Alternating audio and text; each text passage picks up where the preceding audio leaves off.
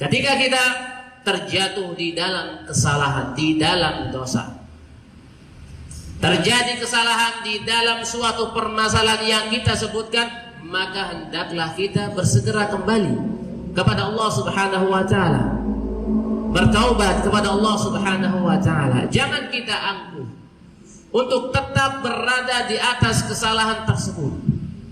Jangan kita merasa bangga diri kalau kita adalah orang yang memiliki ilmu, karena kita merasa ilmu kita tinggi banyak, kemudian kita terjatuh dalam kesalahan, kemudian kita tidak mau kembali, tidak mau rujuk, maka ini merupakan kesalahan musibah.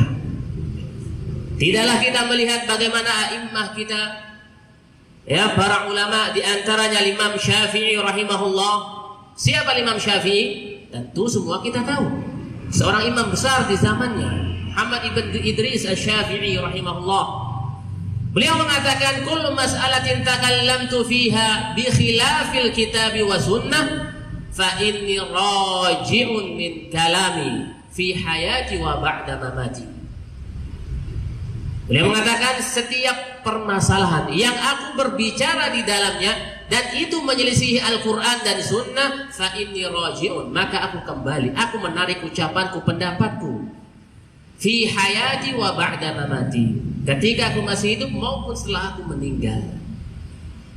Inilah, ya, Imam Syafi'i rahimahullah. Maka jangan sampai, ya, kita ketika terjatuh di dalam kesalahan, terjadi kesalahan ketika kita berpendapat, cepat kembali. Ada orang yang menasihati kita dengan membawa dalil bukti, terima. Karena itu menunjukkan tawadhu kita. Kalau kita tidak menerima dengan bukti yang dia bawakan, maka perhatikanlah bahwa di dalam qalbu kita, hati kita, terdapat kibr, ya, sifat sombong. Karena sombong adalah batarul haq wa ghamtun nas. Tidak mau menerima kebenaran dan dia menganggap remeh, menganggap rendah manusia. Kalau yang bawa nasihat adalah orang yang lebih kecil dari sisi umur, mungkin keilmuan juga, dia tidak mau menerima, maka di hatinya terdapat al-kibr. Dan al-kibr ini penyakit yang berbahaya, karena akan dapat membuat dia terhalangi dari hidayah Allah Subhanahu wa taala. Tidaklah kita melihat iblis ketika Allah Tabaraka wa taala perintahkan dia untuk bersujud kepada Adam dalam rangka ikram, memuliakan Adam, dia enggan. Qala ana khairum minhu khalaqtani min nar wa khalaqtahu min tin. Ya Allah, aku lebih baik daripada Adam. Engkau menciptakanku dari api dan engkau menciptakannya dari tin.